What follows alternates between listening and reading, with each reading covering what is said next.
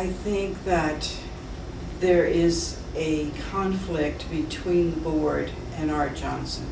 I think that the board should have been more strong in their request from him. He has taken it upon himself to do what he wanted to, and I think that that's where the conflict lies. I believe that given the opportunity and a strong board, he may be fine, but in my estimation, he hasn't been very good for the last year or so. I think that there needs to be a reevaluation of the positions of the board and of Art Johnson's position, and some adjustment needs to be made. If that doesn't happen, then the next step may have to be put in place. But at this point, I believe that he has become stronger than the board.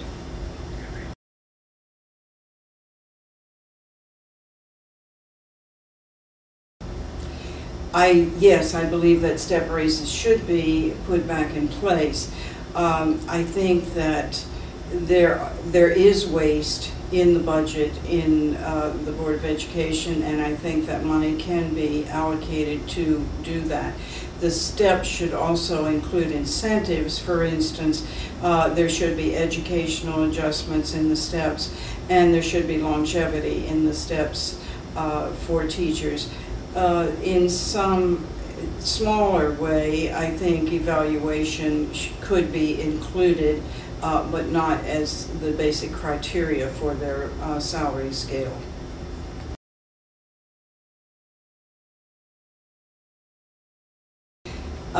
It's very difficult because, as I just said, I believe in step raises rather than a merit pay. The merit pay is many times done with prejudice. If someone likes someone and they are a poor teacher, they may get a raise. If they don't, I don't believe that they should be raised according to a standardized test. I believe that the standardized test should be abolished, and so I think that that is not a good way to evaluate either children or teachers. Therefore, I would say that I would not like to see the legislature deciding how the teachers are paid or deciding what they should be paid. That's up to the individual school board, and I think that it should be more on an individualized basis.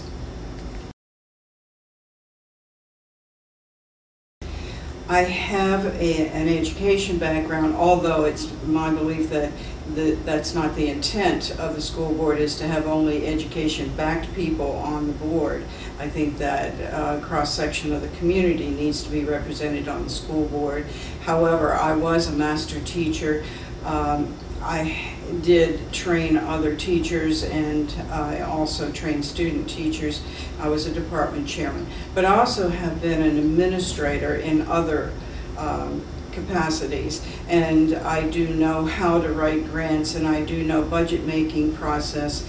I have taken a library that was in crisis and put it back together and enlarged the system by 6 branches in 4 years without actually using outside state money.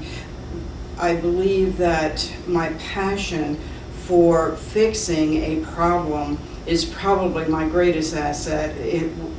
Not necessarily the experience that I've had, although that helps a lot too, but I do love to fix things that are broken.